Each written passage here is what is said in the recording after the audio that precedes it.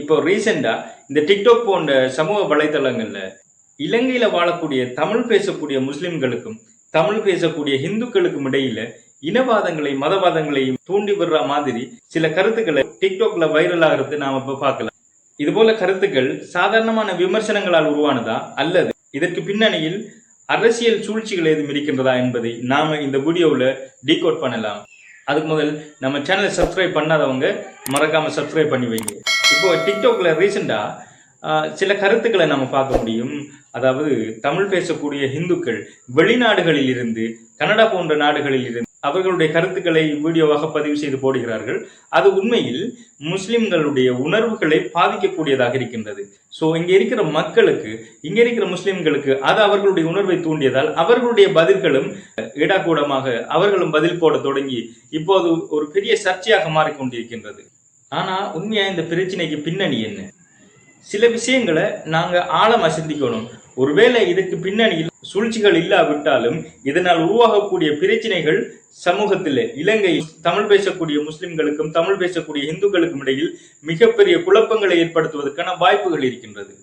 இப்போ நீங்க பார்க்கலாம், இலங்கையில அனுரகுமார திசாநாயக்க அவர்கள் ஜனாதிபதியாக பொறுப்பேற்று பல பிரச்சனைகளை இலங்கையிலிருந்து தீர்த்து கொண்டு வருகிறார். அதுல பெரும்பான்மையான பிரச்சனைகள் இதற்கு முன்னர் இருந்த அரசியல்வாதிகள் அந்த பிரச்சனைகளை வைத்துக்கொண்டு அந்த பிச்சைக்காரட உடம்பில் இருக்கிற புண் ஆறப்படாது, அப்படி ஆறுனா அதை வச்சு பிச்சை எடுக்க முடியாது இல்லையா? அதுபோல இந்த அரசியல்வாதிகளுக்கு பிரச்சனைகள் தீரக்கூடாது, சமூகத்துல பிரச்சனைகள் இருக்கணும், அந்த பிரச்சனைகளை வச்சு அவங்க அரசியல் செய்யணும். அதுபோல அரசியல் செய்து கொண்டிருந்த அந்த பிரச்சனைகளை இப்போ இருக்கின்ற ஜனாதிபதி தீர்த்து கொண்டு வாரத்தால இவங்களுக்கு அடுத்த அரசியல் செய்வதற்கு, அடுத்த எலெக்ஷனுக்கு அரசியல் செய்வதற்கு ஒரு பிரச்சனைகளும் இல்லை. ஸோ இங்க வேகமா இன்னொரு பிரச்சனையை உருவாக்கணும் அப்படின்னு சொன்னா இந்த இனவாதம் மதவாதம் இருக்கு இல்லையா, இதை கொளுத்தி போட்டா பெட்ரோல்ல தீப்பிடிச்ச மாதிரி டக்குன்னு ஃபயர் ஆகும். அப்படி ஒரு பிரச்சனை தான் இது. ஸோ இந்த பிரச்சனை அரசியல்வாதிகளால அரசியல் சூழ்ச்சிகளால உருவாக்கப்படுதுன்னு நான் சொல்ல வரல. ஆனா இந்த மதவாதம் இனவாதம் என்கிற பிரச்சனைகள் தூண்டப்பட்டால் அதை வைத்து அடுத்த தடவை அரசியல் செய்யறதுக்கு அரசியல்வாதிகளுக்கு மிகவும் மெதுவாக அமைந்து விடும்.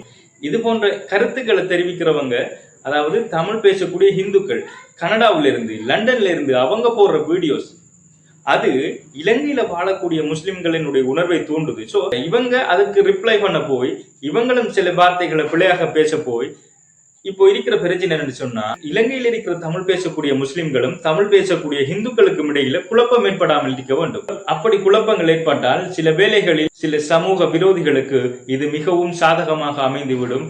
இதனால பிரச்சனையை அனுபவிக்க போறது இலங்கையில் இருக்கிற நாம தான், வெளிநாட்டில் இருக்கிற யாருக்கும் இந்த பிரச்சனை வரப்போறது இல்லை. ஸோ இங்க இருக்கிற மக்கள் மிக மிக அவதானத்தோடு இருக்க வேண்டும். எங்கேயோ இருக்கிற ஒருத்தர் உங்களோட மதத்தை பத்தியோ அல்லது உங்களோட சமூகத்தை பத்தியோ பேசுறதால உங்களுடைய சமூகத்தினுடைய தரம் குறைந்து போக போவதில்லை, பேசுபவருடைய தரம் தான் குறைந்து போக போகிறது. சோ இங்க கோபப்படுறதால நாம எதையும் சாதிக்க போறதில்ல. பொறுமையா இருந்து நிதானமா சிந்திங்க. இங்க நாங்க ஒத்துமையா தான் இருக்கோம். இங்க இருக்கிற தமிழ் பேசக்கூடிய முஸ்லிம்களும் தமிழ் பேசக்கூடிய இந்துக்களும் ஒத்துமையாகத்தான் இருக்காங்க. அந்த ஒத்துமையை சீர்குலைக்கிற வகையில யாராவது பேசினா நீங்க நிதானமா சிந்தித்து முடிவெடுங்க. இப்போ இலங்கையில இருக்கிற முஸ்லிம்களுக்கு இன்னொரு பிரச்சனை இருக்கு. எப்படின்னு சொன்னா, இந்த நடிகர் விஷால் சொல்ற மாதிரி நானும் மதுரைக்காரன் தாண்டா அப்படிங்கிற மாதிரி நானும் தமிழன் தாண்டா அப்படின்னு சொல்ல வேண்டிய ஒரு நிலைப்பாடு ஏற்பட்டு விட்டது. சரி, இலங்கை போன்ற அழகான நாட்டுல ஒற்றுமையாக செயல்பட்டு ஒற்றுமையாக வாழ்வோம். கவனமாயிருங்க. சில சமூக விரோதிகளினுடைய பிரச்சனைகள், சில சமூக விரோதிகளினுடைய திட்டங்கள் உங்களை அணுகாத மாதிரி சிந்திச்சு முடிவெடுங்க. உங்களை இன்னொரு வீடியோவில் வந்து சந்திக்கேன். பாய். மறக்காம நம்ம சேனலை சப்ஸ்கிரைப் பண்ணி வைங்க, அந்த பெல் ஐக்கனையும் கிளிக் பண்ணி வைங்க. அப்போதான் நான் போடக்கூடிய வீடியோஸ் உங்களுக்கு வந்து சேரும்.